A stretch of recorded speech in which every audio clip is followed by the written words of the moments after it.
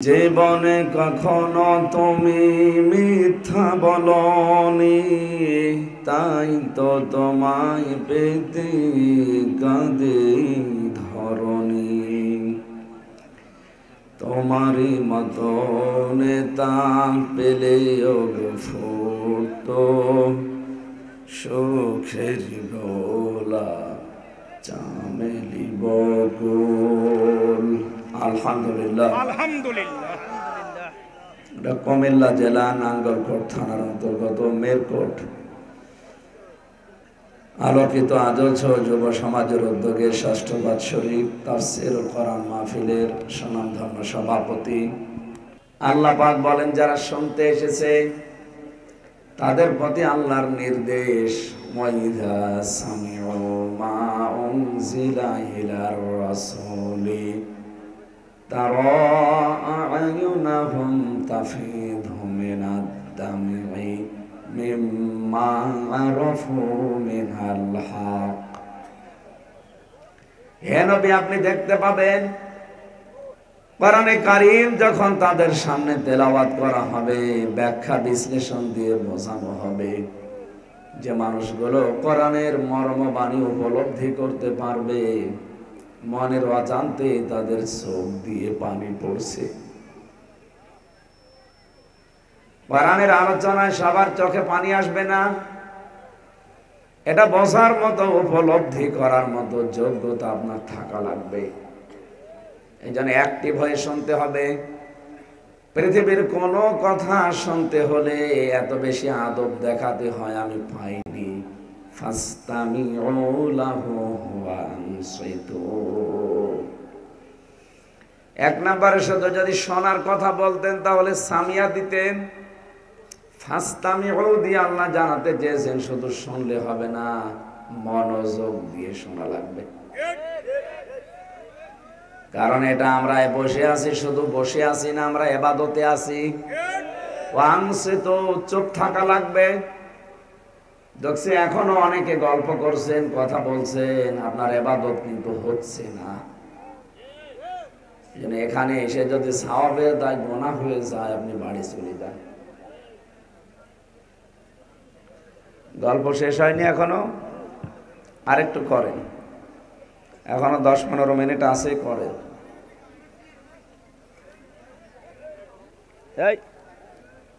এত জোরে না, একটু আস্তে আস্তে করেন। হয়েছে? ঠিক আছে।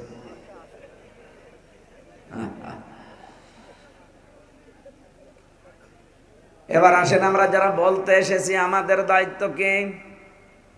আল্লাহ রাব্বুল আলামিন বলেন, কিতাবুন উনজিলা ইলাইকা ফালা ইয়াকুম ফি সাদরিকা হারাজুম মিনহু লিতুনযিরা বিহি ওয়া যিকরা লিল মুমিনিন। হে নবী, কোরআনে কারীম আমি আপনাকে দিলাম, এটা শুধু চুমা খাবেন আর মাথার উপরে রেখে দেবেন? হ্যাঁ? আরে ভাই, আপনারা তো খ্রিস্টান, ইহুদি নাতে জবাব দিতে পারেন না। এটা সিঙ্গাপুরে 100 ভাগের 95 ভাগ অমুসলিম বাস করে, সেখানে যদি বায়ান করি অন্তত তারা মুখ বন্ধ করে বসে থাকতে পারে, যে না, মুসলমানদের পক্ষে রায় দিয়ে আমার দরকার কি? বলেন তো, যে কথাটা পর্যন্ত বললাম কোরআন শুধু চুমা খাওয়া মাথার উপরে রাখার জন্য? হ্যাঁ, জবাব ছাত্রের মতো দেবেন। এটা ক্লাস চলছে। ফালা ইয়াকুম ফি সাদরিকা, এটা দিয়ে যখন মানুষদেরকে সতর্ক করবেন, ওই সময় আপনার অন্তরের ভেতরে যেন কোনো সংকীর্ণতা কাজ না করে। এখানে হারাজনের ব্যাখ্যা আছে দুইটা। এক নম্বরে, হে নবী, যখন কোরআনের তাফসীর করবেন, অনেক মানুষ এমন আপনার সামনে থাকবে, এই মানুষগুলো কোরআনের কথা না বোঝার কারণে রাগ করতে পারে। এরকম মানুষ নেই দেশে? দ্বিতীয় নম্বরে, আপনি কোরআন থেকে যখন ব্যাখ্যা বিশ্লেষণ করবেন, এ দুনিয়াতে বহু মানুষ এমন আছে তারা ইবাদত বন্দেগী বানিয়ে বানিয়ে করতো। আবহমান কাল থেকে এমন এমন নিয়ম নীতি ইসলামের নামে চলে আসে যেগুলো আসলে ইসলাম না, মানুষ আন্দাজে বানিয়ে নিয়েছে আবেগে। আর এগুলো কুমিল্লা, ব্রাহ্মণবাড়িয়ায় 2 জেলায় বেশি। এখানে আলেমও বেশি, জালেমও বেশি। বাংলাদেশে সব চাইতে বড় নিকৃষ্ট মানুষ যারা, আমি নাম নিলাম না, তার কারণে কুমিল্লা বিঘা বিভাগ পর্যন্ত আল্লাহর ওলি দেয়নি। নিকৃষ্ট মানুষ ওনার দৃষ্টিতে হতে পারে, আমি যতটুকু বুঝি মোশতাক সাহেব সব চাইতে উত্তম মানুষ ছিলেন, ঠিক কাজ করেছিলেন। যদিও তার নামের কারণে আপনাদের বিভাগ দেয়নি, এবার হবে ইনশাআল্লাহ। কুমিল্লা 17 জেলার ভেতরে 1 জেলা, এটা ঐতিহ্য আছে না কুমিল্লার। যদিও কিছু মানুষ তাহিরি ভাইয়ের ভক্ত হওয়ার কারণে শিরিক বেদাত আরম্ভ করেছেন, ওটাও বন্ধ হয়ে যাবে ইনশাআল্লাহ।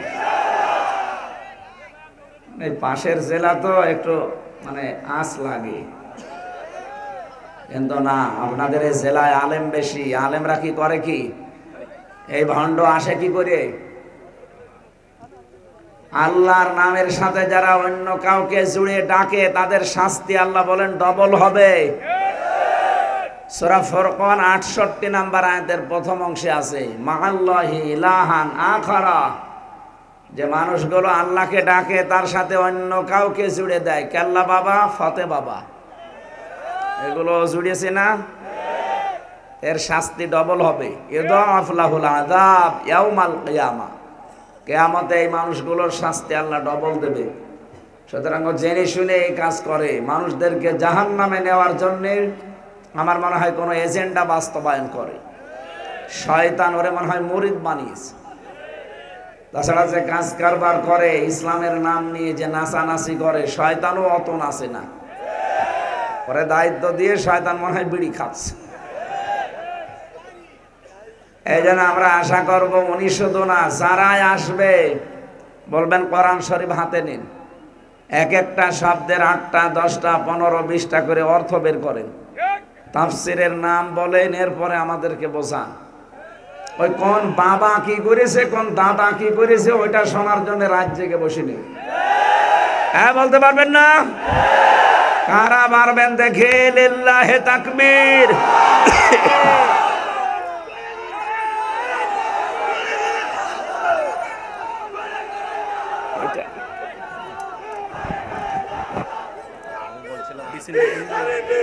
না ঠিক আছে না,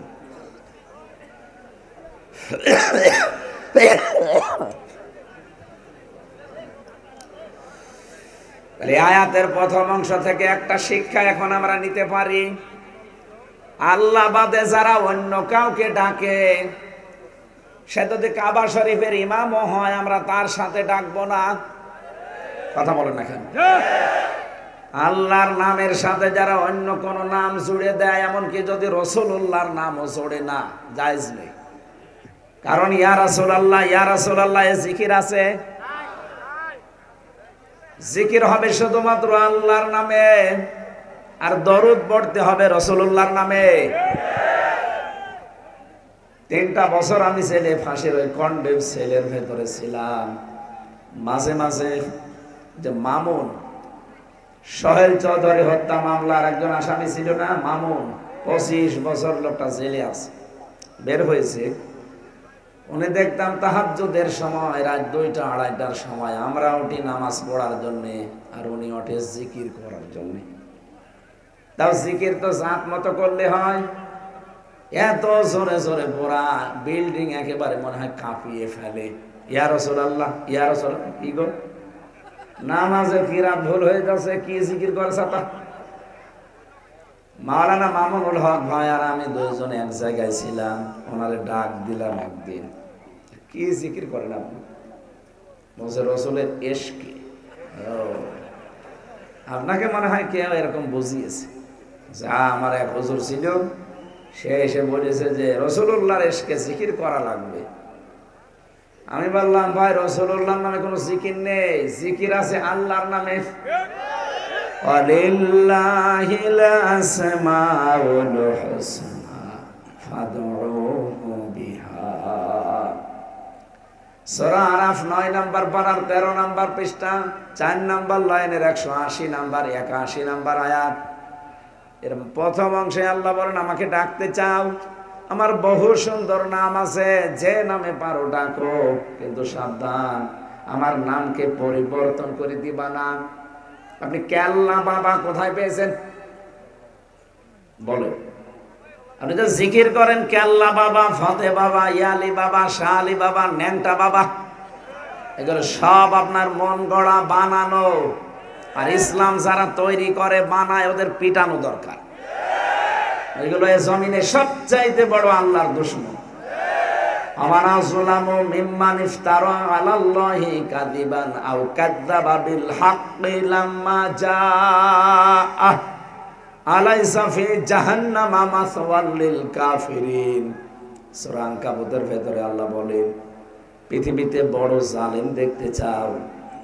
আমান আযলাম ইসমে তাফসীল, এটা সুপারলেটিভ ডিগ্রি, এর চাইতে বড় কোনো কঠিন শব্দ আরবিতে নেই। আল্লাহ বলেন ছোটখাটো কোনো জালেমের পরিচয় আমি দেইনি। এ দুনিয়ায় সবচাইতে বড় জালেম আমি আল্লাহর দৃষ্টিতে ওইটা যে লোকটা আল্লাহ সম্পর্কে জ্ঞান অর্জন না করে আন্দাজে এক কথা আল্লাহর নামে চালিয়ে দেয়, অথচ তার কাছে কিন্তু আসল জ্ঞান চলে এসেছে। এরকম মানুষ দেশে নেই? এখানে আবাহমান কাল থেকে যারা বানানো ইবাদতে অভ্যস্ত, বাপ দাদা যা করেছে আমিও তাই করবো, এটা কাফেরদের উক্তি। চার জায়গায় কোরআনে আয়াতটা আছে, ওয়াইদা কিলা লাহুম তাআলাউ ইলা মা আনজালাল্লাহু ওয়া ইলার রাসূলি ক্বালু হাসবুনা মা ওয়াজাদনা আলাইহি আবাআনা। সূরা মায়েদা 7 নম্বর পারার 4 নম্বর পৃষ্ঠার প্রথম নম্বর লাইনের 104 নম্বর আয়াতের প্রথম অংশে আছে। এটা তাফসীরে ফি জিলালিল কোরআন থেকে বলছি। রাব্বুল আলামিন বলেন ওয়া মানে এবং ইদা মানে যখন, ইলা মানে বলা হয়, তাআল মানে আসো, ইলা মানে দিকে, মা মানে যা, আনজালাল্লাহ মানে আমি আল্লাহ নাজিল করেছি। হে নবী দুনিয়ার মানুষকে আপনি যখন বলবেন আসো, আল্লাহ যা নাজিল করেছে ওইটার দিকে আসো, আমি রাসূলের আদর্শের দিকে আসো। ক্বালু হাসবুনা, বহু বচন দুইটাই। আল্লাহ বলেন অনেক মানুষ আপনার সামনে আপনার কথা যারা শুনবে তাদের ভেতরে অধিকাংশ মানুষ এই কথা বলবে হাসবুনা ওয়াজাদনা, আমাদের জন্য যথেষ্ট যা আমরা পেয়েছি, আলাইহি আবাআনা, আমাদের পূর্বপুরুষ বাপ দাদা মুরব্বী পীর সাহেব এদের কাছে আমরা যা পেয়েছি এইটাই আমাদের যথেষ্ট, আপনারটা লাগবে না। এরকম কথা বাংলাদেশে এখন কেউ বলে না। আমরা কোরআনের আয়াত পারা পৃষ্ঠা লাইন রুকু সূরার নাম তাফসীরের নাম পর্যন্ত বলে দেই, এরপরেও বলে যে না আমার বাবা বলেছে। তোর বাবাই বড় হয়ে গেল। আমার মনে হয় নবীজি যদি এখন থাকতো নবী কেউ বলতো না আপনারটা মানি না, আমার বাবা বলেছে। এই যে আমার বাবা বলেছে, আমার দাদা বলেছে, এই কথা কাফেরদের। কাদের বলেন বলেন? এই রোগটা এখন অনেক মুসলমান নামধারী মুনাফিকের ভেতরে জড়ো হয়েছে। সুতরাং আমরা যেন হেফাজত থাকি নিজেদেরকে। হ্যাঁ, ভুল মানুষই করবে, ভুল হতেই পারে। যদি সঠিকটার সামনে চলে আসে পেছনে আর তাকানো যাবে না। কি কথা বলেন না কেন? আল্লাহ আমি সহ যারা এসেছি কোরআনে কারিমের বর্ণিত নির্দেশিত বিধানগুলো যেন পঙ্খানো মানতে পারি, বলেন আমিন। বানানো ইবাদত যারা করে, নিয়ম নীতি যারা বানিয়েছে, কোরআনের তাফসীর করলে ওইগুলো টিকবে না। কারণ তাফসীর মানে খুলে ফেলা। তাফসীর মানে কি? খুলে ফেলা, উলঙ্গ করা, ঢাকনা দিয়ে ঢাকা আছে, ঢাকনা তুলে ফেলা। এখন আমি আজকে এই ভাইয়ের বাড়িতে গেলাম, সকালবেলা ডাক দিলাম, সালাম দিয়ে দেখে একটা বাচ্চা বেরিয়ে এসেছে, এত সুন্দর ফুটফুটে বাচ্চা, আঙ্কেল বলে আমারে ডাক দিল। আমি যদি এখন নাম জিজ্ঞাসা করি ধাঁধায় পড়ে যাবো, কারণ এখন অনেকের নাম ছেলে আর মেয়ের নাম সমান সমান। এই যে মাহিয়া, মাহি মহিলা না, আমার মাহি বি চৌধুরী পুরুষ মানুষ না। আপনি বুঝবেন কি করে তো ছেলে না মেয়ে? ওটা বোঝার জন্য একটা উপায় আছে, ও প্যান্ট বা পায়জামা যা পরে আছে ওটা খুলে ফেলা লাগবে। ঠিক কথা বলছেন এখানে? ওটা খুললে আপনি বুঝবেন যে এটা আম্মু না আব্বু। ও যেহেতু আবরণ দিয়ে ঢাকা আছে।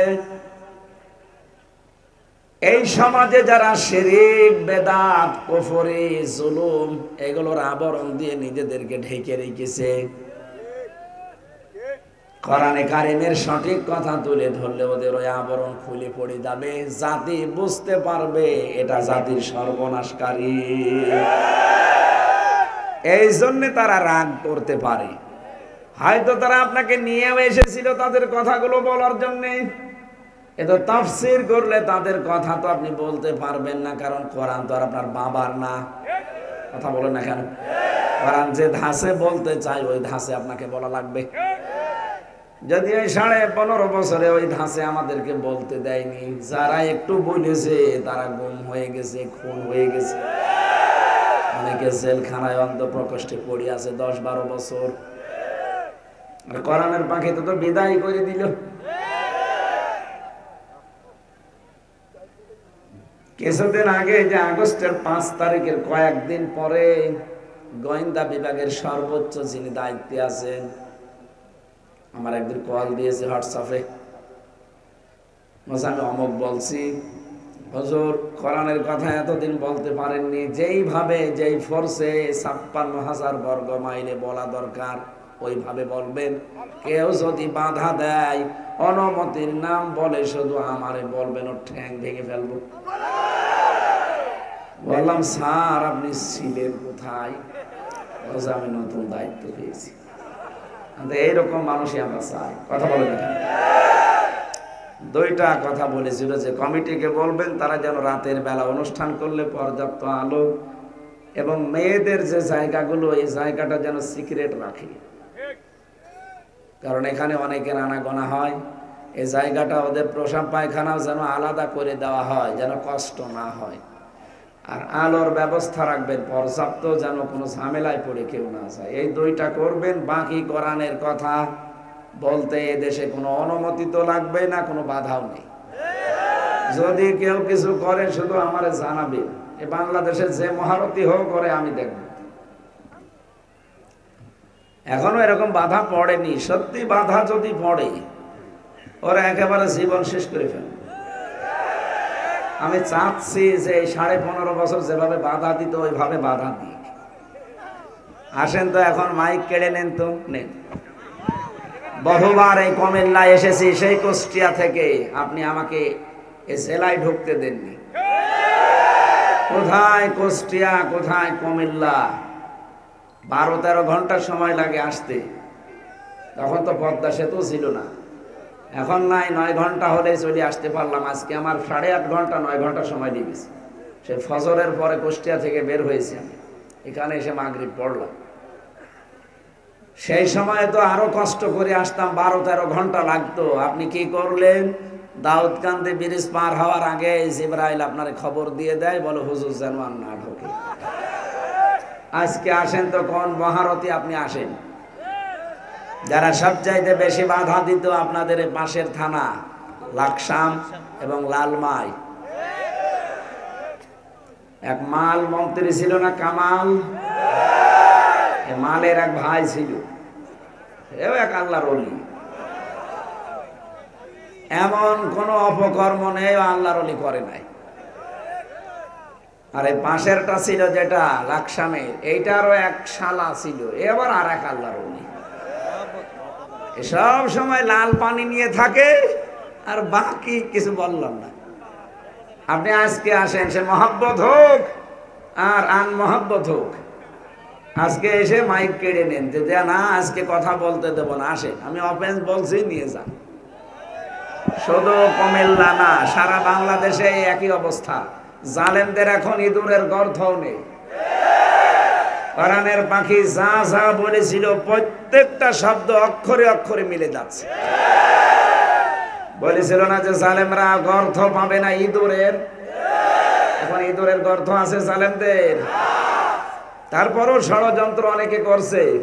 সচিবালয়ে যারা আগুন লাগিয়েছে, যারা মেন দায়িত্বে ছিল, আমার কুষ্টিয়ার সাবেক এসপি একজন তানভীর আরাফাত, এটা এই জালেমদের একেবারে পাক্কা দোসর ছিল। বঙ্গবন্ধুর মূর্তি ভাঙার কারণে এমন এমন কথা আলেমদের বিরুদ্ধে বলেছিল, ওই সময় কয়েকদিন আগে গ্রেপ্তার হয়েছে। আমার মনে হয় ওরা ডিম দেওয়া দরকার, তাহলে সব বেরিয়ে আসবে কারা এই জায়গায় আগুন লাগিয়েছে। কথা বলেন না কেন? বহু ছাড় দিয়েছি, আর কোনো ছাড় নেই। বিশেষ করে দেশ নিয়ে কেউ ষড়যন্ত্র করলে সে যে মহারথী হোক, ওর কোনো ক্ষমা নেই। পাশের রাষ্ট্র আমাদের প্রতিবেশী, এটা কোলাঙ্গার প্রতিবেশী। এরা সবাই না, ওই উগ্রপন্থী হিন্দু যারা, তারা এই শয়তানরা শুধু নিজেদের স্বার্থে বানিয়ে বানিয়ে মিথ্যা সংবাদ আমাদের দেশের বিরুদ্ধে প্রচার করে। বিশ্ব মিডিয়াকে দেখাতে চায় যে বাংলাদেশে সংখ্যালঘু নির্যাতন হয়, অথচ সবচাইতে বেশি শান্তিতে আছে সংখ্যালঘুর দিক থেকে বাংলাদেশে। গোবিন্দ পরামানিক কয়েকদিন আগে ঘোষণা দিয়েছে, সেদিন আমিরে জামাত ডাক্তার শফিকুর রহমান হাফিজাহুল্লাহ গিয়েছিল গাইবান্ধা এবং খুলনা, এই দুই জায়গায় দুইজন হিন্দু পুরোহিত ঠাকুর, তারা পর্যন্ত বলছে বাংলাদেশে আগস্টের 5 তারিখের পরে সবচাইতে বেশি আরামে আছি। আপনি মিথ্যা তথ্য ছড়ান কার কার ইশারায়? ভারতের সব মিডিয়া খারাপ না, কয়েকটা যেগুলোই মলম বিক্রি করে, ময়ূখ, এই শয়তানের নাম আমি দিয়েছি হকার। হকার বললেও হকারের মান মর্যাদা ক্ষুণ্ণ হবে। এত মিথ্যা কথা মানুষ বানিয়ে বলতে পারে, ওরে না দেখলে আমি বুঝতাম না। বাংলাদেশের আগে উকিলরা বলতো বানিয়ে বানিয়ে, সরকারি উকিল যেগুলো ছিল, আর এখন শুরু করেছে এই শয়তান। যত যা করেন, এই দেশের 18 কোটি মানুষ এখনো জীবিত আছে। পালিয়েছে যারা, ওরা এই দেশের নাগরিক না। এই কথা বলেন না কেন? আপনি নাগরিক হলে পালিয়ে গেলেন কেন? বলে আমি ভয় পেয়েছি। এত ভয় পাবেন কেন? এমন কাজ কেন করবেন যে এত ভয় পাওয়া লাগে? ফামা বাকাতা আলাইহিমুস সামাউ ওয়াল আরদু ওমা কানু মুনসারিন। এমন মানুষ দুনিয়া থেকে চলে যায়, তার জন্য আকাশেও কেউ কাঁদে না, জমিনেও কেউ কাঁদে না, ইন্না লিল্লাহ পড়ে না, এবং তাদেরকে অবকাশও দেওয়া হয় না। আল্লাহর এই আয়াত বাংলাদেশে একেবারে খাপের খাপ মিলে গেছে। এই জন্য আমরা যারা সামনে আসবো, চেয়ারে বসবো, এরা যেন এমন কোনো কাজ না করে যে 5 বছর পরে আপনার বাড়িও শ্মশান হয়ে যাচ্ছে। কুষ্টিয়ায় হানিফের বাড়ি এখন শ্মশান, কেউ থাকে না, শয়তানও বাস করে না, কারণ এখন ওটা গণ টয়লেট হয়ে গেছে। শয়তান ওখানে থেকে প্রসাব খাবে। আপনাদের পাশের থানা লাকসামের এটাও আজকে শুনলাম, ওইটাও এরকম আয়না ঘর লিখে দিয়েছে। ঠিকই করিস, কারণ জালেমদের প্রত্যেকটা বাড়ি ছিল আয়না ঘর আর টর্চার সেল। আমি তো নিজে সাক্ষী। ওদের বাড়ির নিচে সবগুলো দেখবেন ওরকম গোপন ঘর বানানো আছে মানুষকে অত্যাচার করার জন্য। কি হয়েছে এখন? কেউ থাকে না। যেন আমাদের শিক্ষা নেওয়া দরকার, আগামীতে যদি আল্লাহ কাউকে দেন, তারা যেন জুলুম না করেন। আর 5 বছর পরে আপনার বাড়িও কিন্তু গণ টয়লেট হয়ে যাবে। কয়েকদিন আগে মালয়েশিয়া, সিঙ্গাপুর সহ কয়েকটা দেশ ঘুরছিলাম, তাফসীর মাহফিলের দাওয়াত ছিল আমার। মালয়েশিয়া দেখলাম সাহেব পাড়া আছে, সাহেব পাড়া, ঘরগুলো সব তালাবদ্ধ। ওরা থাকে না ওখানে, সব থাকে হোটেলে চুরি করে। যে হোটেল থেকে নামি দেখে দুই শয়তান বসে আছে। কি গো হুজুর, আমরা আগেই পালিয়েছি। আরে শয়তান, কেন সাহেব পাড়া বানালেন ওই ঘরে? ঘর তালা মারা, ওই ঘরে যে মার খাবো? এই দেশে বাঙালি নেই, পিটিয়ে আমার একেবারে জুতা দিয়ে সোজা করে ফেলবে। এই জন্য খুব চুরি করে আসি। এই যে নিচে চা খেতে নেমেছি, কেউ জানে না, জানে না যে আমি জেনে ফেললাম। এখন কিন্তু বলে দেবো, হুজুর আপনার কাছে দোয়া চাই। কিসের দোয়া শয়তান? তোর জন্য আমার দোয়া বের হবে। তোর জন্য 3টা বছর আমি জেলের অন্ধ প্রকোষ্ঠে কাটিয়েছি, যোগাযোগ বিচ্ছিন্ন হয়ে। প্রধান অতিথি কে ছিল জানো? উনি জেলে গেছে, হয়তো 7 দিন পরে ওনাদেরকে সরকারি ভাবে কথা বলার সুযোগ দিয়েছে। আর আলেমদের সাথে যা করেছে জালেমরা, আমি যে 3 বছর ছিলাম, যোগাযোগ পর্যন্ত করতে দেয়নি। সরকারি মোবাইলকে আমি জানতাম না, ওনাদের 15 দিন পরে দিয়েছে। তাহলে তো অন্তত পেয়েছে 10 মিনিট। আর আমার 3টা বছরে ছেলে মেয়ে, স্ত্রী পুত্র, মা বাবা বেঁচে আছে কিনা, আমার দাদা আছে মরে গেছে, আমি জানিই না। 15 দিন পরে কারারক্ষী এসে বলছে আপনার কে যেন মরে গেছে। কোর্টে গেলাম, কোর্টে যাওয়ার পরে শুনলাম দাদা মরে গেছে 15 দিন আগে।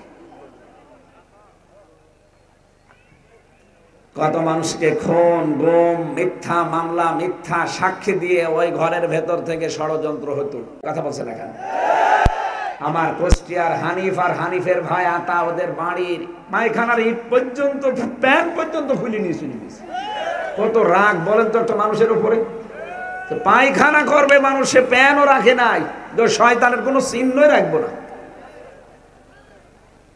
আর আমার মনে হয় ওদেরকে যদি মানুষ পেত, তো এক একজন এক এক ঠ্যাং ধরত, কেউ কিছু না পেলে ছোট ঠ্যাং ধরত, যে শয়তান ধরে আজকে পেয়েছি। এমন কাজ কেন করা লাগবে এই ছোট্ট দুনিয়ায়, যে আমার চেয়ার পাল্টালে আমিও আর থাকতে পারি না? কেন এই কাজ করা লাগবে? আমার ভাইরা,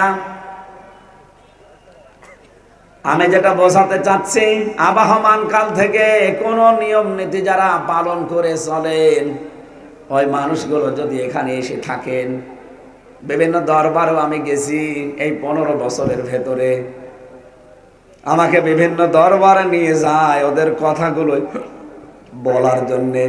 কিন্তু কোরআনে কারিম হাতে নিয়ে যখন তাফসীর শুরু করি, ওদের পক্ষে তো কোনো কথা পাই না। কারণ ওরা করে বেদাত, ওরা শিরিক করে, ওরা কুফরি করে। এক কথা বলছেন এখানে? এদেশের 48,000 দরবার, আপনি বলেন তো একটা দরবারের নাম যে যেখানে তাওহীদের শিক্ষা দেওয়া হয়? কম বেশি প্রতিটি দরবারে কিছু না কিছু শিরিক আর বেদাত আছেই। অথচ এই জায়গাগুলো থেকে আগে ইসলামের কথা আসতো। আবহমান কাল আগে তাকান, 50-100 বছর আগে এখানে যারা দায়িত্বে ছিল এই দরবারে, এখান থেকে ওনার বাবারা, ওনার দাদারা, কেউ দেশে ওনার কাছে গেলে বলতো আল্লাহর কোরআন এই যে দিয়ে দিলাম, এটা পড়বা, আল্লাহকে পেয়ে যাবা। কিন্তু এখন যারা আছে অধিকাংশ কাছে নেই। ওরা গেলে আগে জিকির দেয়, তাও বানানো জিকির, হো হো। ঝিনাইদহ একবার গিয়েছিলাম ছাত্র বয়সে, মাস্টার্সে যখন বিশ্ববিদ্যালয়, ওই সময় এক দরবারে নিয়ে গেল, আমি জানতাম না ওইটা। আমারে বলছো হুজুর শিরিকের বিরুদ্ধে কথা বলবেন, ঠিক আছে। যাওয়ার পরে দেখি পীর সাহেবকে পুরুষেরা নারী মিলে সেজদা দিচ্ছে। মেজাজ গেল খারাপ হয়ে। ওঠার পরে সোরা লোকমান থেকে যে শিরিকের যে আয়াতগুলো আছে, ইন্না শিরকা লাযুলমুন আযীম, এই আয়াত দিয়ে তাফসীর শুরু করলাম। শিরিক যত প্রকার আছে প্রকারগুলো বলতে শুরু করলাম। পীর সাহেব দেখে ওখান থেকে বলছে, তাড়াতাড়ি হুজুরকে নামা, আমার দরবার গেল। তোর দরবার আজকে চলে যাবে। এই জন্য বলছি, আবহমান কাল থেকে যারা এই দেশে বানানো ইবাদতে অভ্যস্ত, কোরআনের তাফসীর করলে ওইগুলো তো সব খুলে যাবে, মানুষ জানবে যে এগুলো সব বানানো নিয়ম নীতি। তখন ওদের ব্যবসা বন্ধ হয়ে যাবে, ওই মানুষগুলো তখন উঠে পড়ে লাগবে। আরে সারা দেশে আমার পেছনে লেগেছিল এরকম ব্যবসায়ী যারা, তারাই। এই জন্য কোরআনের কথা বলতে গেলে আপনার ভেতরে কোনো ভয়, ভীতি, দ্বিধা, দ্বন্দ্ব, সংশয়, সন্দেহ, সংকীর্ণতা এগুলো যেন কাজ না করে। কে বলছেন? আমরা ওই ধরনকে সামনে নিয়ে আজকের তেলাওয়াত কিন্তু আয়াত তাফসীর আকারে শোনাবো। তাফসীর মাহফিল না এটা? হ্যাঁ, তাফসীর মাহফিল। জবান খুলে কোরআনের একটা আয়াত পড়েছি, সূরা নিসা 58 নম্বর আয়াত। আমার আলোচনার বিষয় আমানাত। কি বললাম? এটা গুরুত্বপূর্ণ চ্যাপ্টার আমাদের জীবনে। নবীজি জানিয়েছেন কিয়ামতের আগে পৃথিবীর দৃশ্য এমন হবে, 8-10 গ্রাম মিলে মাইকিং করেও একটা আমানতদার মানুষ খুঁজে পাওয়া যাবে না। সে সময় এখন আসে নাই? আমানতদার মানুষ আছে এখন? নেই। দেখতে মনে হয় যে ফেরেশতা। এই যে দরবেশ, এত বড় দরবেশ 36,000 কোটি টাকা চুরি করেছে।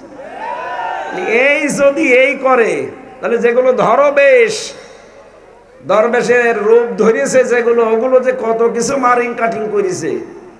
বাংলাদেশ থেকে প্রতি বছরে এই 15.5 বছরে এক এক বছরে 42,000 কোটি টাকা পাচার হয়েছে। গরিব থাকতাম না, আমরা দাঁড়িয়ে যেতে পারতাম।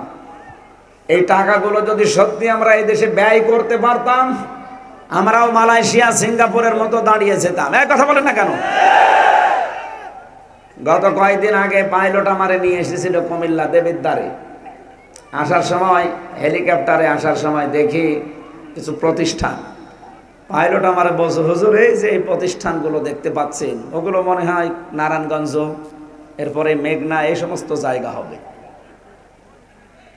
যা আমি তো বড় বড় শয়তানদের বহন করি, এদেশ থেকে যত টাকা পাচার হয়েছে ওগুলো যদি শয়তানরা পাচার না করে এই দেশে কর্মসংস্থান তৈরি করে দিত, 36 লাখ যুবক এখন বেকার। এই মানুষগুলো সৌদি আরবে গিয়ে রাস্তা ছাড় দেওয়া লাগতো না। তারা নিজেরাও আজ থাকতে পারলো না, টাকাগুলো পাচার করে দেশ থেকে সব পাচার করে দিল। এই দেশ এখন এত ঋণ, এক একজন মানুষের মাথার উপরে জন্ম নিলেই তার মাথার উপরে 1,10,000 টাকা ঋণ। অথচ যারা বিশ্বাস করে এতদিন মানুষ কন্যা বলতাম, সে যাবার সময় একটা কথা মানুষকে কিচ্ছু বলে নাই। খালি পাইলটকে বলেছিল যে 14টা সুটকেস, এটা উঠেছে? বলে হ্যাঁ চলো। আপনি মানুষ,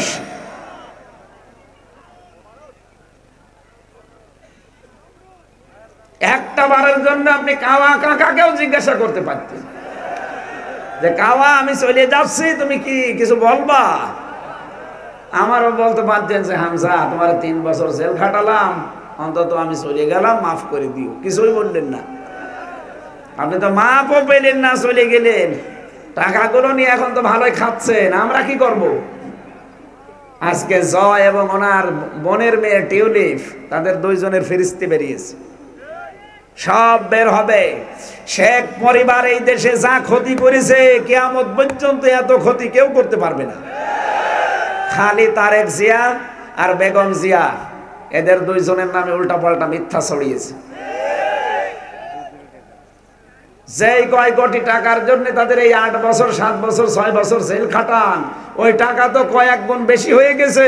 তার তো পুরস্কার দেওয়া দরকার। আরো একটা বিধবা মেয়ে লোক, তার স্বামী নেই, তার ছেলেটা মারা গেছে, আর তার বাড়ি থেকে আপনি এক কাপড়ে বের করে দিলেন। আপনিও একজন মহিলা, আপনি মানুষ। এবার মানুষ কন্যা সেজেছে, জানোয়ার বললেও জানোয়ারের মনে হয় অপমান হবে। বেনামাজি এই মানুষগুলোকে যদি কুকুরের সাথে কেউ তুলনা করে, কুকুর বলে না আমার সম্মান হানি হচ্ছে। হ্যাঁ, বেনামাজি যারা, ওদেরকে যদি বলে এগুলা কুকুর, বেনামাজি বলে ভাই কুকুর পর্যন্ত রেগে যাবে। আমারে আপনি বেনামাজির সাথে তুলনা দেবেন না, কারণ আমি ওর মতো অত বড় নেমো খারাপ না। আমি একটা হাড় খেলেও হাড়ের শুকরিয়া আদায় করি মালিকের, যে মালিককে সারা রাত পাহারা দেয়। আর ওরে বীর্য থেকে শুরু করে হামজা পর্যন্ত বানিয়েছে ওই আল্লাহ, ওরে সেজদা পর্যন্ত দেয় না। ওর মতো নাফরমান দুনিয়ায় আছে? আমি মুসলমানদের কাছে স্বাভাবিকভাবে নামাজের কথা আর রোজার কথা বলি না, কারণ নামাজ যদি মুসলমান না পড়ে, ও তো আর মুসলমান থাকে না। থাকে? একটা কাফের আর মুসলমানের ভেতরে পার্থক্যই নামাজ।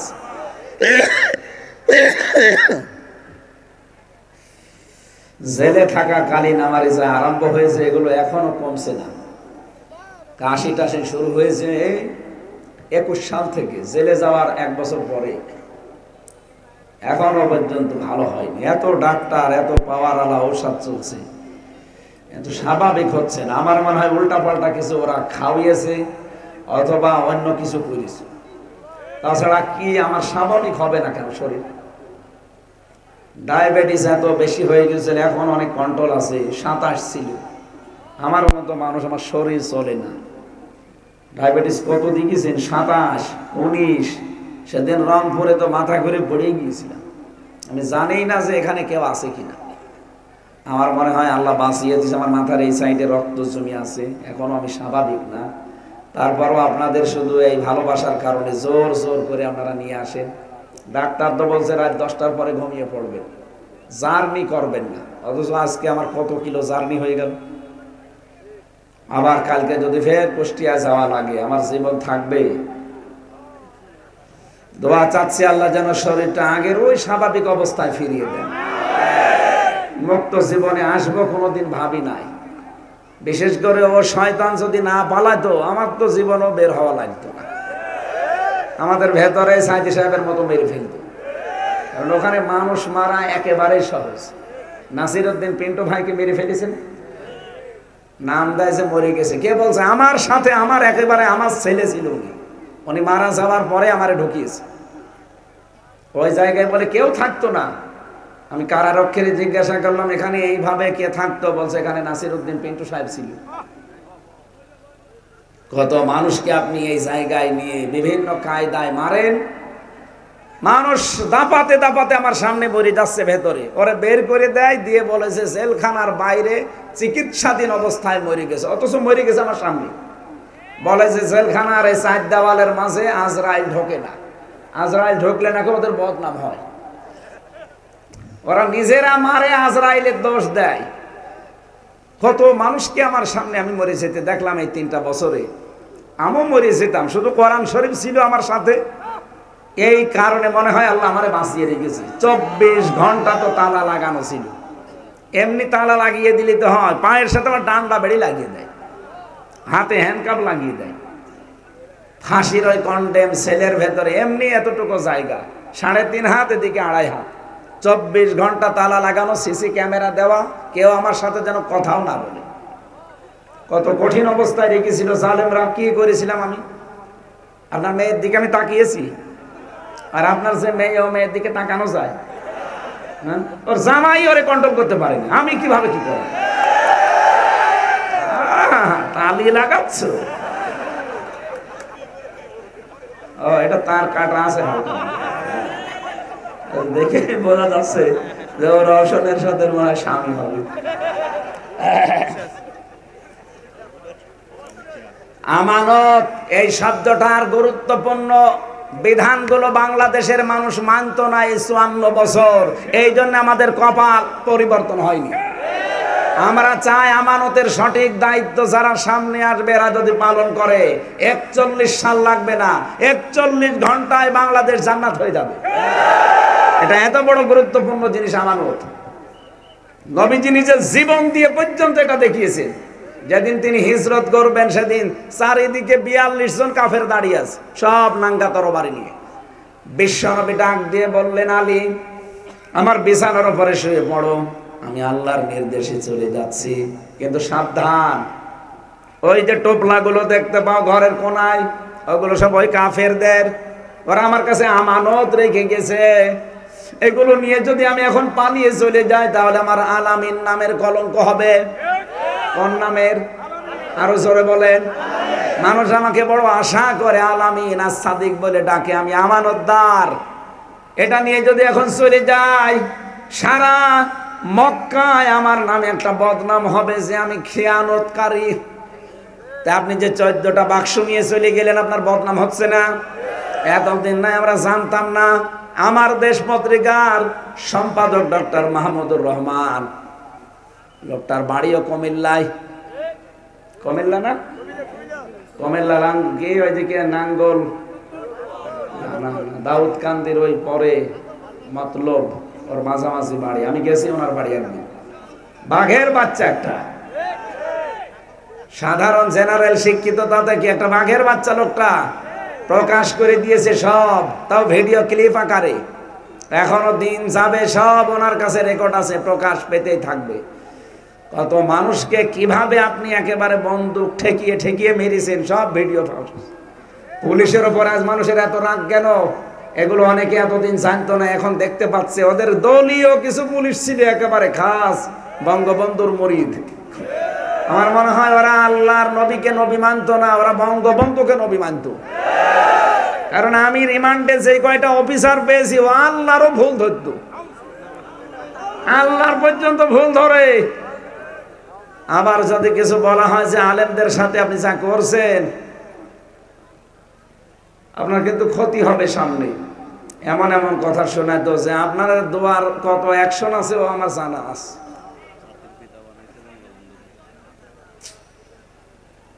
সম্মানিত ভাইরা, এই জন্য এই যেগুলো এখন প্রমাণ আছে, প্রমাণ একেবারে সাক্ষ্য দেখা যাচ্ছে। ৭১ সালের নাম দিয়ে আপনি চেতনার নাম দিয়ে হাজারো মানুষকে দুনিয়া থেকে বিদায় করে দিয়েছেন। বিশেষ করে জামাত ইসলামের যাদের বিদায় করে দিলেন সব সোনা সাক্ষীর উপরে। জন্ম নিয়েছে ৭৫-এর, সাক্ষী দিয়েছে ৭১-এ। আর এখন গণহত্যার দায়ে ২৭৫টা মামলা আপনার নামে। এগুলো একটা সাক্ষীও শোনা না, সব দেখা সাক্ষী আমরা। হ্যাঁ, কথা বলেন না কেন? সাক্ষী সব দেখা না? আরো তো ভিডিও ফুটেজ সব আছে, যা যা করেছেন সব এখন প্রমাণ হয়ে গেছে। আর আয়না ঘরের সাক্ষী তো আমি নিজে, ওর নিচে পর্যন্ত সুড়ঙ্গ পথ আছে। আপনি আয়না ঘর যেগুলো বাংলাদেশে বিগ বিগ বড় বড়, আমি তো মিনিটাই ছিলাম, বড় বড় যেগুলো দেখবেন ওর সাথে ভারতের সাথে সুড়ঙ্গ পথ করা আছে ওর নিচ দিয়ে। যারা ছিল ওখান থেকে এসে ছেলে আমাকে বলেছে যে এখানে আপনি খোঁজ খবর নিতে বলবেন, দেখবেন ওখানে সুড়ঙ্গ পথ করা আছে। আর পথটা মাটির নিচ দিয়ে তার কাটার ভেতর দিয়ে একেবারে নিচে যেয়ে উঠেছে ভারতে। আপনি কিছু করবেন এখান থেকে, এই যে বিএনপির সালাউদ্দিন আহমেদকে পাঠিয়ে দিয়েছিল আল্লাহর ওলি, লোকটার কপালে হায়াত ছিল বলে আবার ফিরে এসেছে, নয়তো ইলিয়াস আলীর মতো উনিও আল্লাহ রাস্তায় চলে যেত। আমার মনে হয় মিনি আয়না ঘরে আমি সেই কয়েকদিনই ছিলাম, আমি শুনতাম যে ইলিয়াস আলী বিএনপির ওই নেতা বেঁচে আছে, কিন্তু শয়তানরা তার পরপরই মেরে ফেলেছে। এত বড় নিকৃষ্ট কাজ আপনারা করতেন, একটা ইলিয়াস আলী তৈরি করতে, একটা সালাউদ্দিন আহমেদ তৈরি করতে দেশের কত টাকা কত ঘাম ঝরেছে মানুষের, আপনি জানেন? ৫৭টা বিডিআর অফিসার মেরে ফেললেন। আজকে একটা অফিসার তৈরি করে দেখেন তো এরকম দেশপ্রেমিক। যেগুলো বানিয়েছেন সবই তো ৫ আতা কোট্টার মতো, যা বলতো দাদারা তাই করতো। আমরা চাই না বাইরের কোন দেশ আমাদের উপরে প্রভু হয়ে দায়িত্ব পালন করুক, বন্ধু হোক। আমরা বন্ধুত্ব চাই, প্রভুত্ব চাই না। এই কথা বলেন না কেন? বাঙালি জাতি, মুসলিম জাতি আমরা, আমাদের ভেতরে আর কিছু না থাক, মনুষ্যত্ব আছে, ব্যক্তিত্ব আছে। কারো খবরদারি আমরা কখনো মানি নাই, আমরা মানবো না। মুসলমান আত্মসমর্পণ করতে পারে প্রতিবেশীর কাছে না, মুসলমান আত্মসমর্পণ করতে পারে আল্লাহর কাছে। এক কথা বলেন। কুমিল্লাবাসী নবীজি আলী রাদিয়াল্লাহু তাআলা আনহুকে বলেছিলেন, সাবধান, ৩ দিন পরে মদিনায় আমার সাথে দেখা করবা, আমানতের দায়িত্বটা সঠিকভাবে পৌঁছিয়ে দেবা। হযরতে আলী বলেন, নবীজি যখন চলে গেলেন ওই লোকরা সকালবেলা ৪২ জন একসাথে তরবারি নিয়ে এসে, কেউ বলছে এই তো মোহাম্মদ শুয়ে আছে চৌকির উপরে। যেহেতু চাদর দিয়ে ঢেকেছিলাম আমি, এক একজন এক এক কথা বলে বলে এই তো ঢাকা আছে দে, একজন বলে কোপ দে, আরেকজন বলে দাঁড়ান আর একটু পরে। হাতের কাছে যখন পেয়েই গেছি, এখন কোপ দেওয়ার দরকার নেই, সময় মতো কোপ দেওয়া যাবে, আগে চাদরটা তুলে মুখ দেখে কোপ দেই। হযরতে আলী বলেন, আমি শুনছিলাম সব কথাগুলো, চিন্তা করছিলাম এখন যদি আমি মুখ বের করি ওরা আমাকে এক্ষুনি মেরে ফেলবে। আমি একটু ধস্তাধস্তি করি ওদের সাথে, চাদর আমি ছাড়বো না যতক্ষণ ওরা আমার চাদর নিয়ে টানাটানি করবে, ধস্তাধস্তি করবে, অতক্ষণ সময় আমার নবী মদিনার দিকে 2 কদম এগিয়ে যাবে। বাংলার মুসলমানেরা নবীকে 2 কদম একটু নিরাপদে এগিয়ে দেওয়ার জন্য নিজের জীবনকে বিপন্ন করছে। সেই নবীর আদর্শ এখন পড়ে আছে, কি করেন আপনি তার জন্য? সেই নবীর আদর্শকে বাংলাদেশে পৌঁছিয়ে দেওয়ার জন্য, কায়েম করার জন্য কি চেষ্টা করেছেন আপনি বলেন তো? তার আদর্শকে দুনিয়ায় প্রতিষ্ঠা করার জন্য কি ভূমিকা আছে? আপনি যে হযরতে আলী রাদিয়াল্লাহু তাআলা আনহুর কথা শুনলেন, তিনি মরণের বিছানায় শুয়ে আছে, তারপরও নবী যেন একটু এগিয়ে যায়, এজন্য শক্ত করিয়া যে ধস্তাধস্তি করুক, সময় কেটে যাক। আমরা যদি প্রত্যেকে এখান থেকে শিক্ষা নিতে পারতাম, বাংলাদেশে বিশ্বনবীর আদর্শ কায়েম হয়ে যেত। আমার কথার অর্থ বোঝেন? হ্যাঁ। শেষ পর্যন্ত আমি ছেড়ে দিলাম, মনে মনে ভাবলাম ওরা যদি আমাকে 1 কোপ দিয়ে আন্দাজে মেরে ফেলে তাহলে খুঁজতে বের হয়ে যাবে নবীকে। নবী তো এখনো বেশি দূর যেতে পারেনি, এই জন্য আমি ছেড়ে দিলাম। আমার তো মনে হচ্ছিল ওরা 42 জন ধরে টানছিল, সারা দুনিয়ার কাফেররাও যদি আমার চাদর ধরে টান দিত খুলতে পারতো না। কি একটা অদৃশ্য শক্তি আমার এই 2 হাতের ভেতরে আল্লাহ দিয়েছিলেন, আমি শুধু ধরেছিলাম, ওরা খুলতে পারেনি। শেষ পর্যন্ত ছেড়ে দিয়ে আমারে দেখে ওরা আশ্চর্য হয়ে গেছে। তো নেতার ছেলে, ওনার বাপ কি ছিল? আবু তালেব। উনি নেতা ছিলেন, নেতার ছেলে এখানে কি করেন? মোহাম্মদ কোথায়? বলছে উনি এখানে নেই। কোথায় আছে আমি বলবো না। ওরা সব বের হয়ে গেল ছেড়ে দিয়ে। উনি বললেন এই দাঁড়ান, কোথায় যান? আপনাদের এই যে টোপলা গুলো দেখতে পাচ্ছেন, নিজের বাবাকে, নিজের মাকে, নিজের নেতাকে তো বিশ্বাস করেন না, রেখে গিয়েছিলেন আলামিনের কাছে। এই দেখেন সেই টোপলা গুলো উনি নিয়ে চলে যায়নি। এটা যার নাম লেখা আছে, আমাকে দায়িত্ব দিয়েছে এগুলো যেন আমানতটা পৌঁছিয়ে দেয়। এই যে নিয়ে যান, যার জিনিস নিয়ে যান। আমার যতটুকু বিশ্বাস এবং যতটুকু বাস্তবতায় ধারণা, এদেশে যারা একামতে দিনের দায়িত্ব পালন করতে চায়, যারা ইসলাম এদেশে কায়েম করতে চায়, এই মানুষগুলো জমিনের দায়িত্ব পেলে ঠিক জমিনটা ওই রকম হয়ে যাবে। যার সম্পদ তার কাছে পৌঁছিয়ে দিয়ে আসবে বাড়ি থেকে।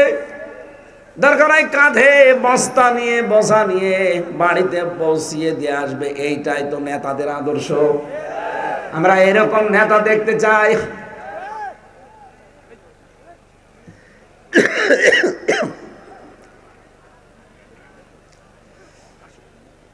আমার ভাইরা, যে কথা বলছিলাম, আমানতটা গুরুত্বপূর্ণ দেখলেন না? নবী নিজের জামাই হযরতে আলীকে মরণের বিছানায় রেখে গেছে, তারপরও যেন আমানতের দায়িত্ব পালন করা যায়। বাংলাদেশে আমরা যাই দায়িত্বে আসবো সামনে, 1628টা চেয়ার আছে এই দেশে। কয়টা? এই যে এই চেয়ার না, একেবারে যিনি পালিয়েছে ওনার চেয়ার থেকে শুরু করে এই উপজেলা চেয়ারম্যান পর্যন্ত, এই 1628টা চেয়ারে যারাই বসা ছিল, ওরা যদি এদেশের জনগণ এবং এদেশের সম্পদ গুলোকে এভাবে আমানত মনে করে পালন করতে পারে, যে যেই সেক্টরে আছে প্রতিটি সেক্টরকে আমানত মনে করে চলে, এই দেশটা দাঁড়াতে খুব বেশি দিন সময় লাগবে না। বিশ্বে আমরা রোল মডেল হয়ে যাব ইনশাআল্লাহ।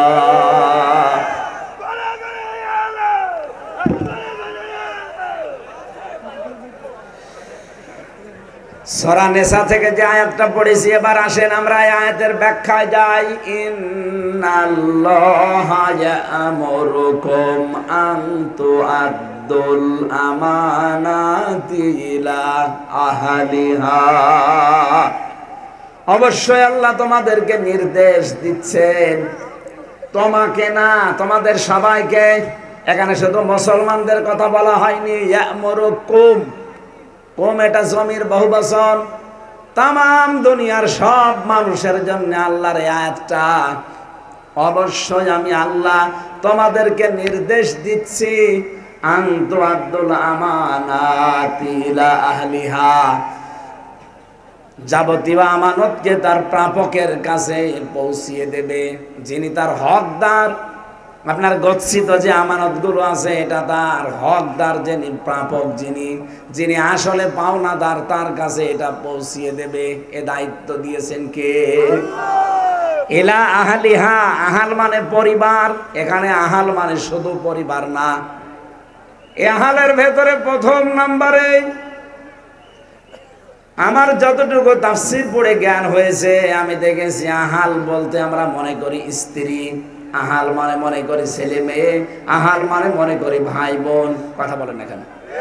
তাহলে আমরা এখান থেকে যদি শুরু করতে চাই, আমার সবচাইতে নিকটবর্তী আহাল আমার স্ত্রী, আমার ছেলে মেয়ে, আমার বোন, আমার ভাই, আমার চাচা, আমার ফুফু। বাংলাদেশে বহু হাজী সাহেবকে আমি দেখি, এ মানুষগুলো হজ করতে যায় ঠিক, কিন্তু জমি জায়গা ভাগ করে বউকে, মেয়েকে, ফুফুকে, বোনকে এদেরকে দেওয়ার সময় তখন টাল্টি বাল্টি করে। আর অনেকে হাদিস বানিয়ে নিয়েছে যে শুধু মাঠের জমি বোনকে দেওয়া লাগবে আর বাকিটা দেওয়ার দরকার নেই, আপনি জাহান্নামে যাবেন। সাহাবায়ে কেরাম রিদওয়ানুল্লাহি তাআলা আলাইহিম আজমাইন এই পৃথিবীতে বাড়ি ঘরের ঘটি, বাটি, থালা, খাবারের হাঁড়ি পর্যন্ত ভাগ করে দিত। আর আপনি শুধু মাঠের তাও সে দুর্বল জমিটা দিয়ে শেষ করে দিলেন। আবার ফতোয়া দেয় যে বোন সবই নিয়ে নিবা, কোনোদিন কি আসবা না। ওরে শয়তান, আসবা না মানে ওকে তোর জিনিস নিচ্ছে, ও তো আল্লাহর নির্দেশিত জিনিসগুলো নিয়ে যাচ্ছে। তোমার নিজের আরো দায়িত্ব, আমানতটা আমি পৌঁছিয়ে দেই। এখানে যারা পৌঁছানোর ব্যাপারে গড়িমসি করেন, ফাঁকিবাজি করেন, আপনার নামাজ, রোজা, হজ সব মাঠে মারা যাচ্ছে, কিচ্ছু কবুল হবে না। কারণ এই আয়াতটা কিয়ামতে আপনার বিরুদ্ধে অবস্থান নেবে। এভাবে একটা দুইটা করে আমি প্রায় 27টা আমানতের ব্যাখ্যা পেয়েছি তাফসিরে। আসল বিষয়টা আমার কাছে মনে হয়েছে, আমানত মানে একজনকে সাপোর্ট করা, ভোট দেওয়া, রায় দেওয়া। ভোটের কথা, রায়ের কথা এই জন্য বলছি কারণ পরের শব্দ ওয়াইদা হাকামতুম বাইনান নাসি আন তাহকুমু বিল আদলি। অবশ্যই যখন তোমরা বিচার করবা, মানুষের মাঝে রায় দিবা, তখন তোমরা ন্যায় বিচার করবা। ও ভাইরা, ক্ষমতা না থাকলে ন্যায় বিচার করা যায়? বলেন বলেন। বাংলাদেশে আজ যারা বলেন সৎ কাজের আদেশ, অসৎ কাজে নিষেধ, তাবলীগ জামাত যারা করে এরা করে না। ওরা হয়তো অনুরোধ করতে পারে কিন্তু আদেশ করার ক্ষমতা ওদের নেই। বলেন। এদেশে এখন যারা অন্তত রাষ্ট্রীয় ক্ষমতায় যারা আছে, এরা যতটুকু বা আদেশ করতে পারে, এদেশে তাবলীগ জামাতের, জামাত ইসলামের সরমনার, খেলাফত মজলিসের হেফাজতের সর্বোচ্চ দায়িত্বে থেকেও সে আদেশ করতে পারে না। পারবে? কারণ তার কাছে আইন নেই, ক্ষমতা নেই। এখানে ক্ষমতায় যারা যেতে চায়, যে জিনিসের মাধ্যমে যেতে চায়, এই জিনিসটার নামই আপনি তাফসিরে মারিফুল কোরআনে আছে। এখানে ভয়ও কাট্ট ভোট লেখা আছে। যারা ভোটের নাম শুনলেই মনে করেন এ আবার দুনিয়াদারের কথা বলে। আরে বাবা, আপনি কি বেশি বোঝেন আল্লামা শফির চাইতে? কোরআন মারিফুল কোরআন তাফসির যিনি লিখেছেন, তিনি আমানত এই বহু বচনের ব্যাখ্যায় লিখেছেন আমানত মানে ভোট। এখানে সামনে যেহেতু সুযোগ আসতেছে, এই আমানতটা দুনিয়ার কাজ মনে যেখানে সেখানে দেবেন না। যে প্রাপক, যে প্রাপ্য, যে লোকটা আসলে হকদার, তাকে আপনি দেবেন। ও যদি আপনার বাবা নাও হয় তাও দেবেন। কারণ ওই লোকটা ভোট পেয়ে, ক্ষমতা পেয়ে যদি সংসদে নামাজের আইন পাশ করতে পারে, যত মানুষ এই দেশে নামাজ পড়বে, আপনার একটা ভোটের কারণে 18 কোটি মানুষের সেজদার সওয়াব আপনি পেয়ে যাবেন। এটা আমি বানালাম না, সূরা নিসা 85 নম্বর আয়াতে আছে,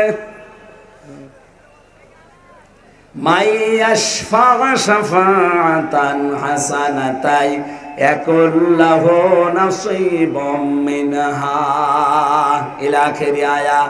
দুনিয়ায় কেউ যদি সুপারিশ করে, ভোট দেয়, রায় দেয়, সমর্থন জানায়, পেছনে থাকে কোনো ভালো কাজের, ওই লোকটা আপনার রায় পেয়ে, ক্ষমতা পেয়ে যদি ভালো কাজ করে সওয়াব পায়, আপনি শুধু সমর্থন দিয়ে ওই সওয়াব পাবেন। ওই লোকটা আপনার ভোট পেয়ে ক্ষমতা পেয়ে যদি মদের আইন জারি করে, জেনার আইন জারি করে, আপনি জীবনে জেনা না করেও জেনার গোনা নিয়ে কিয়ামতে উঠবেন। এজন্য এরকম পাগলামি সামনে আমরা করব না। বলেন করব? যে যা প্রাপক, আসল প্রাপক যেটা, তার কাছে পৌঁছিয়ে দেবেন। হযরতে ওসমান ইবনে তালহা রাদিয়াল্লাহু তাআলা আনহু, তার কাছে নবীজি মক্কা বিজয়ের পরে কাবার চাবি হাতে তুলে দিয়েছিলেন। বলেছিলেন কিয়ামত পর্যন্ত তোমার বংশধরদের কাছে চাবি থাকবে, কারণ তোমরা এর প্রাপক, এর আসল মালিক তোমরা। একটা চাবির ক্ষেত্রে যদি এতটুকু উদারতা নবীজি দেখাতে পারেন, কত বিষয় আমাদের সামনে আমানত পড়ে আছে। এই আমানতগুলো যদি প্রত্যেকটা এখান থেকে শিক্ষা নিয়ে আমরা বাস্তবে রূপ দিতে পারতাম, এই দেশটা আমার মনে হয় একটা মিনি জান্নাত হয়ে যেত। আমরা টের পাচ্ছি না যে আমানত আসলে কি। আমানত না, কথা পর্যন্ত আপনার কাছে আমানত। এলেম একটা আমানত। যতটুকু এলেম শিখেছেন ওই এলেম অনুযায়ী দুনিয়াতে আমল করা, মানুষের কাছে পৌঁছিয়ে দেওয়া। কথা বলেন না কেন? যদিও নবীজি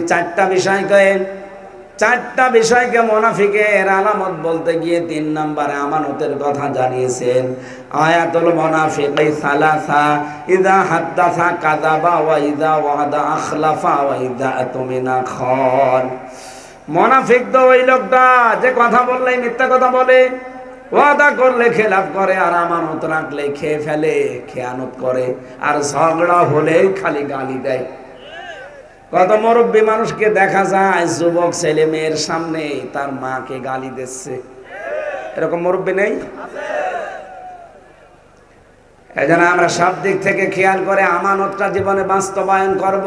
স্বামী তার স্ত্রীর জন্য আমানত, স্ত্রী তার স্বামীর জন্য আমানত। কথা বলেন না কেন? অথচ পারিবারিক জীবনে আমানতের দায়িত্ব পালন নেই। এজন্য হাজারো স্বামী পরকীয়া প্রেম করে, হাজারো স্ত্রী 1 সন্তান 2 সন্তান নিয়েই বেরিয়ে চলে যাচ্ছে। আমানতটা বুঝতে হবে। যেহেতু আমানাত বহু বচনের শব্দটা, লক্ষ লক্ষ কথা আছে এর ভেতরে। তাফসিরে ফি জিলালিল কোরআন আর মারিফুল কোরআন, এই দুইটা একটু বেশি করে দেখবেন আয়াতের সম্পর্কে। সারাদিন যেহেতু গাড়িতে খাবারও খাইনি, আমি এসে একটু খালি কায়েত হয়েছিলাম, ঘুমিয়ে গেছি আধা ঘন্টা। এরপরে চলে এসেছি। পারিবারিক জীবন নিয়ে আমি 2টা বই লিখেছিলাম জেলে থাকাকালীন, ওই কারারক্ষীদের কাছে কলম খাতা নিয়ে। বাইরে এসে পাবলিশ করেছি। তার ভেতরে এখানে 3টা, 8টা লিখেছিলাম, বাইরে 5টা, জেলে 2টা। জেলের ভেতরে যে এটা দাম্পত্য সমস্যা এবং তার সমাধান। বহু মানুষ শুধু মহিলার কারণে জেল খাটতেছে। এটা আমি মনে করি ওদেরকে, এটা নারীদের জন্য, ওদেরকে পড়াবেন। আপনার মেয়ে হোক, বউ হোক, ফুফু হোক, বোন হোক, ওদের পড়াবেন পুরাটা। আর একটা আছে, এটা শুধুমাত্র পুরুষদের জন্য, দাম্পত্য সমাধান এবং তার সমস্যা কিভাবে তৈরি হয় ওইটা। আর এটা আমি আল্লাহর সৃষ্টি নিয়ে লিখেছি। মঞ্চে যদি থাকে এখান থেকে নিয়ে যাবেন। আমার যেহেতু আর একটা অনুষ্ঠান আছে, তো ওদেরও এরকম বড় আয়োজন। আমি আজকের মতো বিদায় নিচ্ছি। দোয়া চেয়ে দোয়া করি। আল্লাহুম্মা আমিন। লা হাওলা ওয়ালা কুওয়াতা ইল্লা বিল্লাহিল আলিয়্যিল আযীম। আল্লাহুম্মা গফিরলি ওয়ারহামনি ওয়াহদিনি ওয়াফিনি ওয়ারযুকনি ইয়া রাব্বাল আলামিন। আল্লাহ তাআলা, চাতক পাখির মতো বসে বসে তোমার কোরআনের কথাগুলো আমরা শুনছিলাম। যতটুকু শুনেছি আমল করার তৌফিক দাও। এ মাহফিলের আয়োজন করতে গিয়ে যারা শ্রম দিয়েছে এদেরকে কবুল করে নাও। যত যুবক দেখলাম এই মাহফিলের জন্য কাজ করছে, আল্লাহ যুবকদেরকে আর কোনো অন্যায় পথে তুমি ফেলে দিও না। মরণ পর্যন্ত এই মানুষগুলোকে কোরআনের উপরে ঠিক। শিক্ষক মরহুম মাস্টার আব্দুল আওয়ালের ছেলে রিয়াদ বাহরাইন প্রবেশী বাবার জন্য দোয়া চেয়ে টাকা পাঠিয়েছে। আল্লাহ, যার টাকায় আজকে কোরআনের অনুষ্ঠানগুলো হচ্ছে, তোমার এই বান্দাকে প্রবাসের জীবনে তুমি সহি সালামতে রাখো। তার বাবা মরহুম আব্দুল আওয়াল মাস্টারকে কবুল করে নাও, কবরের ভেতরে জান্নাত দিয়ে দাও। যত অতিথি এখানে এসেছে, সভাপতি, প্রধান অতিথি, বিশেষ অতিথি যারা, আল্লাহ ওমরের মতো বানিয়ে দাও রব্বুল আলামিন। এলাকায় মাটির নিচে যত মানুষ ঘুমিয়ে আছে, কোরআনের ইজ্জত এদের কবরগুলো জান্নাত বানাও।